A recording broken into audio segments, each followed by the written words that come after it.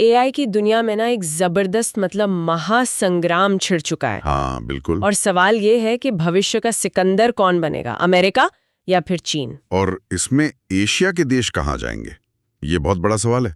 दुनिया की आधी से ज्यादा आबादी यही है। वहीं तो ये सिर्फ कोई टेक्नोलॉजी की रेस नहीं लग रही, ये तो जैसे भविष्य पर कब्जे की जंग है। बिल्कुल। एक तरफ अमेरिका है जो कह रहा है देखो हमारे पास बेस्ट टेक्नोलॉजी है, थोड़ी महंगी है, बंद है, पर इसी पर भरोसा करो। हाँ, उनका वो प्रीमियम वाला मॉडल। और दूसरी तरफ चीन। चीन का नारा अलग है, वो कह रहे हैं हमारी तकनीक लो, खुली है, सस्ती है, सबके लिए है, इसे अपनाओ। तो ये एशिया इस पूरी जंग का मैदान बन गया है ना? हाँ बिल्कुल, यहीं पर सारा डेटा है और एआई तो डेटा पर ही चलता है ना। आप भारत को देखें, इंडोनेशिया को देखें, तेजी से डिजिटल हो रहे हैं ये बहुत देश। तेजी से। तो यही फैसला होगा कि दुनिया अमेरिकी रास्ते पर आगे बढ़ेगी या फिर चीनी मॉडल को अपनाएगी। और कई देश अभी बीच में है शायद, किसी एक पाले में नहीं गए। हाँ, कई देश ऐसे हैं जो अभी खुलकर किसी एक तरफ नहीं है। वो शायद दोनों की तकनीक इस्तेमाल करके देखना चाहते हैं कि उनके लिए क्या बेहतर है। तो चलिए आज इसी हाईटेक जंग की गहराइयों में उतरते हैं, देखते हैं कौन किस पर भारी पड़ रहा है और क्यों। हाँ, ये समझना जरूरी है। और हाँ, इस तरह की गहरी अनबायस्ड पड़ताल के लिए ना जियोपॉलिटिक्स हिंद को सब्सक्राइब करना ना भूलें, जरूर करें।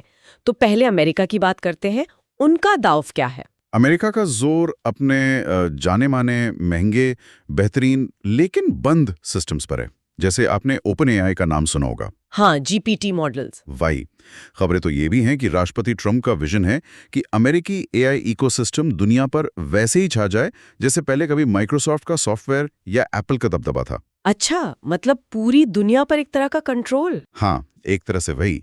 और इसी सोच के तहत शायद एनवीडिया के सीईओ के कहने पर H20 चिप्स पर जो एक्सपोर्ट बैन लगा था उसे हटा दिया गया। जबकि डर था कि इससे चीन को फायदा हो सकता है। हाँ, ये चिंता थी, लेकिन शायद बड़ी तस्वीर ये है कि अमेरिकी कंपनियां ग्लोबल मार्केट पर कब्जा करें, यही प्राथमिकता है। और वो दूसरे देशों को मदद देने की भी बात कर रहे हैं फाइनेंशियली। जी हाँ, एक्सपोर्ट इंपोर्ट बैंक जैसी जो उनकी एजेंसियां हैं, उनके जरिए प्लान है कि विकासशील देशों को फंड दिया जाए ताकि वो अमेरिकी एआई खरीद सकें। पैसा देकर अपना ग्राहक बनाना, कह सकते हैं एक तरह से अपना इकोसिस्टम ग्लोबली फैलाना। लेकिन क्या ये सब इतना आसान है अमेरिका के लिए? मुझे लगता है उनके घर में ही कुछ चुनौतियां हैं। आपने सही पकड़ा, बहुत बड़ी चुनौतियां हैं। सबसे पहली और शायद सबसे बड़ी है बिजली, एनर्जी। एआई और बिजली, इसका क्या कनेक्शन है? अरे, एआई डेटा सेंटर्स जो होते हैं वो बेहिसाब बिजली पीते हैं और अमेरिका का जो पावर ग्रिड है ना, वो काफी पुराना हो चुका है और उन्हें लगातार चलाना, उसके लिए जो बिजली चाहिए, जो इंफ्रास्ट्रक्चर चाहिए, वो तैयार करना एक बहुत बड़ी बाधा है। और चीन इस मामले में कहाँ है? यहीं पर फर्क साफ दिखता है। चीन अगले 5 सालों में अपने ग्रिड को अपग्रेड करने पर करीब $564 अरब खर्च कर रहा है। $564 अरब, ये तो बहुत बड़ी रकम है। बहुत बड़ी। उनके पास अभी ही अमेरिका से लगभग 2.5 गुना ज्यादा बिजली उत्पादन क्षमता है और ये गैप और बढ़ने वाला है। सोचिए एआई की रेस में ये कितना बड़ा फर्क डाल सकता है। तो आपके पास दुनिया की बेस्ट कार हो पर चलाने के लिए सड़क ही ना हो, वैसा कुछ वैसा ही समझ लीजिए। सिर्फ तकनीक बना लेना काफी नहीं है, उसे चलाने की बुनियाद, वो इंफ्रास्ट्रक्चर भी मजबूत चाहिए। और सिर्फ बिजली ही नहीं, एक और चीज है, टैलेंट, दिमाग, एआई चलाने वाले लोग। हाँ, ये दूसरी बड़ी चुनौती है, प्रतिभा। यहाँ भी चीन बहुत तेजी से और बहुत योजनाबद्ध तरीके से आगे बढ़ रहा है। कैसे? उन्होंने 600 से ज्यादा कॉलेजों और यूनिवर्सिटीज में एआई डिग्री प्रोग्राम शुरू कर दिए हैं। स्कूलों में एआई की पढ़ाई जरूरी कर दी गई है। स्कूलों में भी? हाँ, वो भविष्य के लिए एक बहुत बड़ी एआई स्किल्ड वर्कफोर्स तैयार कर रहे हैं, जमीन तैयार कर रहे हैं। और अमेरिका? अमेरिका में इस तरह के फोकस्ड देशव्यापी प्रोग्राम बहुत कम है, बल्कि हाल में तो वहाँ शिक्षा विभाग को ही खत्म करने या उसका बजट कम करने की बातें चल रही थी। इससे टैलेंट डेवलपमेंट पर असर पड़ सकता है। तो एक तरफ अमेरिका है जिसके पास शायद अभी बेस्ट तकनीक है, पर वो बंद है, महंगी है और उसे चलाने के लिए इंफ्रास्ट्रक्चर और शायद भविष्य के टैलेंट की कमी दिख रही है। हाँ, ये चुनौतियां वास्तविक हैं। और दूसरी तरफ चीन है। आपने कहा उनका मॉडल ओपन सोर्स है, ये क्या चीज है असल में? चीन का जो मुख्य दाव है वो इसी ओपन सोर्स यानी खुले स्रोत वाले मॉडल पर टिका है। इसका एक उदाहरण उनका डीप सीक मॉडल है। Deep seek. हाँ, इसका मतलब ये है कि इसका जो कोड है वो पब्लिक के लिए उपलब्ध है। कोई भी उसे देख सकता है, इस्तेमाल कर सकता है, उसमें बदलाव कर सकता है, उसे बेहतर बना सकता है। अच्छा, मतलब कोई सीक्रेट नहीं। मोटे तौर पे हाँ। और सबसे बड़ी बात, देश इसे अपनी जरूरतों के हिसाब से, अपनी भाषा के हिसाब से, अपने कानूनों के हिसाब से ढाल सकते हैं। ये तो बहुत बड़ा फायदा है, खासकर विकासशील देशों के लिए। बिल्कुल। यही कारण है कि ये न सिर्फ सस्ता पड़ता है, बल्कि देशों को टेक्नोलॉजी पर ज्यादा कंट्रोल भी महसूस होता है।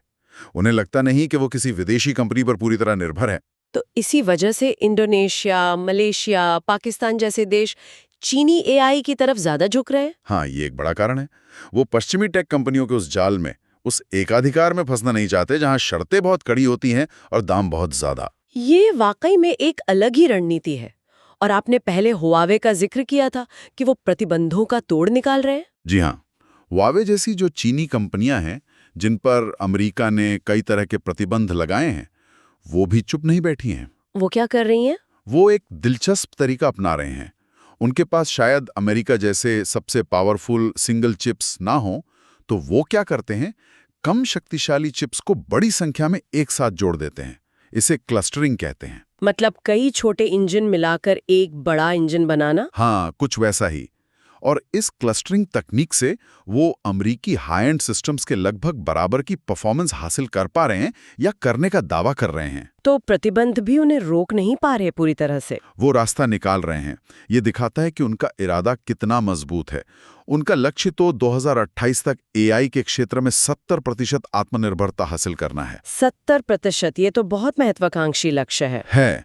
और वो उस दिशा में तेजी से काम कर रहे हैं। और दुनिया के देश किधर जाएंगे, ये देखना सच में बहुत अहम होगा। दोस्तों, इन जटिल वैश्विक बदलावों को अगर आप गहराई से समझना चाहते हैं तो जियोपॉलिटिक्स हिंद पर हमारी खास रिपोर्ट्स जरूर देखें। और हाँ, चैनल को सब्सक्राइब करना मत भूलिएगा। बिल्कुल। तो जो अमेरिकी अधिकारी डर रहे हैं, क्या उनका डर सही साबित हो रहा है कि चीनी कंपनियां बाजी मार ले जाएंगी? अमेरिकी अधिकारियों में ये चिंता तो है और शायद वाजिब भी है। उन्हें डर है कि हुआवे और दूसरी चीनी टेक कंपनियां विकासशील देशों में, ग्लोबल साउथ में वैसी ही पकड़ बना लेंगी जैसी उन्होंने 5G टेक्नोलॉजी में बनाई थी। 5G वाली कहानी दोहराई जा सकती है। संभावना तो है। चीन का ये जो ओपन सोर्स वाला दाव है, ये अमेरिका के बंद, मुनाफे पर केंद्रित मॉडल के लिए एक सीधी बहुत बड़ी चुनौती है। क्यों? क्योंकि ये सस्ता और सुलभ है। हाँ, दुनिया के कई देशों के लिए अब शायद सिर्फ बेस्ट परफॉर्मेंस ही सब कुछ नहीं है। उनके लिए टेक्नोलॉजी कितनी सुलभ है, कितनी किफ़ायती है और उस पर उनका कितना कंट्रोल है, ये बातें ज़्यादा मायने रखने लगी हैं। तो भले ही सबसे पावरफुल मॉडल अमेरिका का हो। हाँ, हो सकता है दुनिया का सबसे शक्तिशाली, सबसे केपेबल एआई मॉडल अमेरिकी कंपनी का हो, लेकिन सबके लिए उपलब्ध, सबसे अच्छा मुफ्त या सबसे किफ़ायती मॉडल वो शायद चीनी होगा। और उसकी परफॉर्मेंस भी कम नहीं होगी। नहीं, परफॉर्मेंस का गैप भी तेजी से कम हो रहा है। चीनी ओपन सोर्स मॉडल अब टॉप अमेरिकी मॉडल्स के काफी करीब पहुंच रहे हैं परफॉर्मेंस के मामले में भी। तो तस्वीर अब कुछ कुछ साफ हो रही है।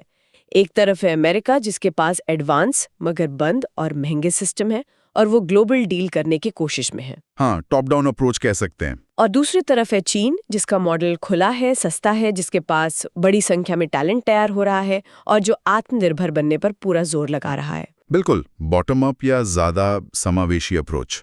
तो अब सवाल सिर्फ ये नहीं रह गया है कि इस रेस में कौन जीतेगा। नहीं, अब सवाल शायद ये बन गया है कि भविष्य की टेक्नोलॉजी के नियम कौन तय करेगा, खेल के नियम कौन लिखेगा। क्या दुनिया अमेरिकी टेक कंपनियों के बनाए बंद इकोसिस्टम में बंध जाएगी, या फिर चीन का जो ज्यादा खुला, ज्यादा समावेशी दिखने वाला मॉडल है उसे अपनाएगी। एशिया का रुख इसमें निर्णायक होगा। और जाते जाते सोचने के लिए एक सवाल छोड़ जाते हैं सबके लिए। क्या चीन की जो रणनीति है, ओपन सोर्स पर जोर, आत्मनिर्भरता का लक्ष्य और इंफ्रास्ट्रक्चर, खासकर बिजली में ये भारी निवेश, क्या ये सब मिलकर उसे इस एआई की दौड़ में एक ऐसी अनस्टॉपेबल बढ़त दिला रहा है जिसे भविष्य में अमेरिका के लिए पाट पाना बहुत बहुत मुश्किल साबित हो सकता है? ये $1 मिलियन सवाल है, शायद $1 ट्रिलियन सवाल। इस पर आपकी क्या राय है? आप क्या सोचते हैं? हमें कमेंट्स में जरूर बताइएगा। और हाँ, ऐसे ही विश्व राजनीति और तकनीक के एनालिसिस के लिए जियोपॉलिटिक्स हिंद को सब्सक्राइब करना बिल्कुल न भूलें। दोबारा याद दिला रही हूँ, सब्सक्राइब जरूर करें।